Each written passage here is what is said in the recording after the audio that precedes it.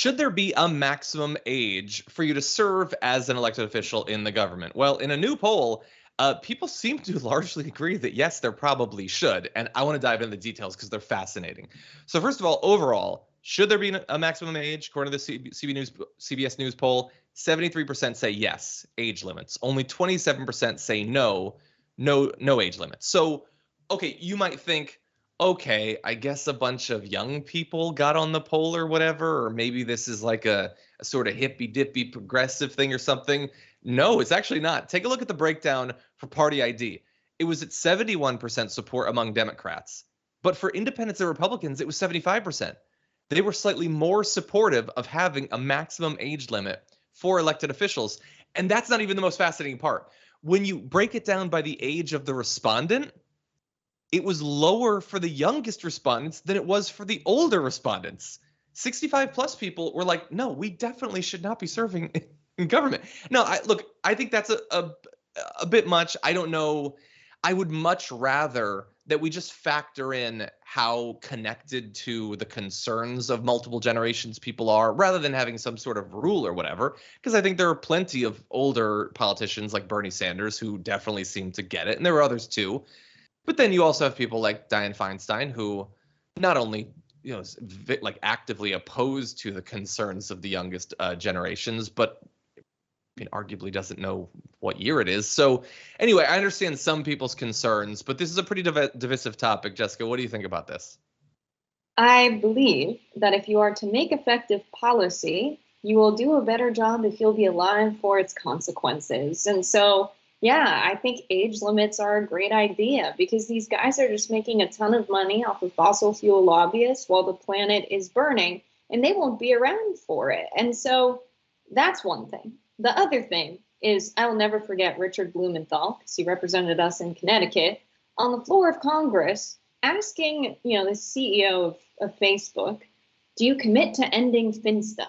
Right? The fake Instagrams that kids make where they post funny things instead of what they post on their main, more serious page. This is not a tech tool. Having people in public office who don't understand technology and its consequences is a problem.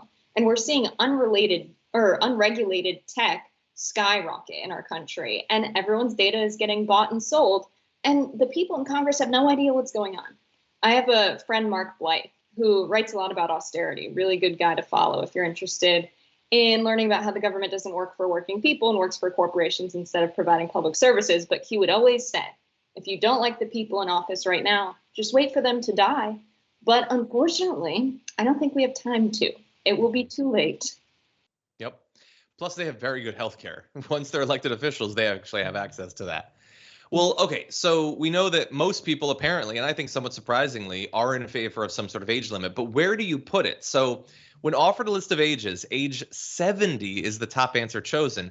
This is older than the current average age of members of Congress, but about a third of all current U.S. senators would be cut off from this. And then when you break it down, it's pretty amazing.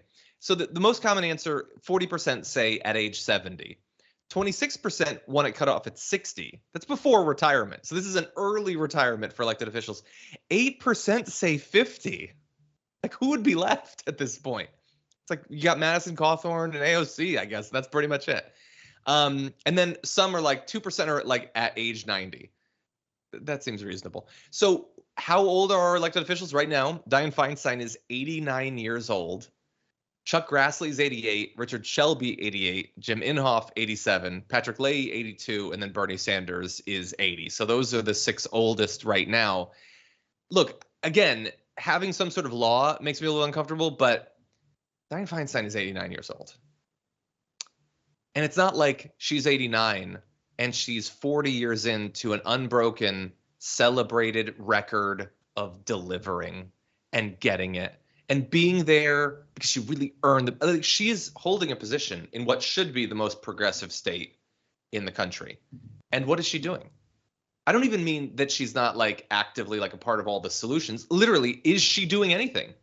Is she conscious during committee meetings? Is she meeting with constituents? Is she doing constituent work back in her district? I think these are, legitimately like good questions to ask.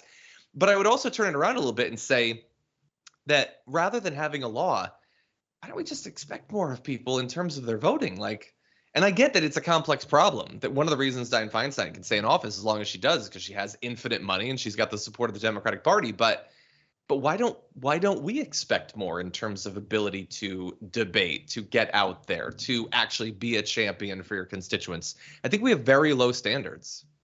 I think you said it right when you said the Democratic Party is the problem there. The way that party elections work, especially primaries, is not regulated by any type of election laws. It's considered party business. And I think people do expect more. And overwhelmingly, in 2020, very recently, people supported Bernie Sanders. And the Democratic Party used their power to control their primary election to ensure that he didn't get the nomination. And so are people going to show up and vote when that's the consequence, when the Democratic Party is hand-picking the candidates that they support? You're discouraging people from participating in politics by gaming the system. And so I think if people overwhelmingly support the age limits, and that's the one route to a solution that we've got, because we know the parties aren't going to address this themselves to solve the problem, let's do a ballot initiative. Let's get this on the ballot to have age limits for elected officials.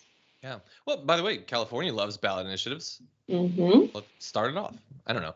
Again, it's not my preferred solution. And honestly, I think that getting money out of politics and making it so that people can't just raise infinite money from around the country and then run a bunch of ads that people who are so overworked they can't really pay attention to what's going on just assume, well, I saw a bunch of ads for this person, I'll keep them in office.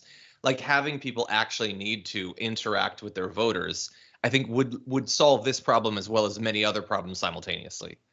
But we'll see. Anyway, fascinating results.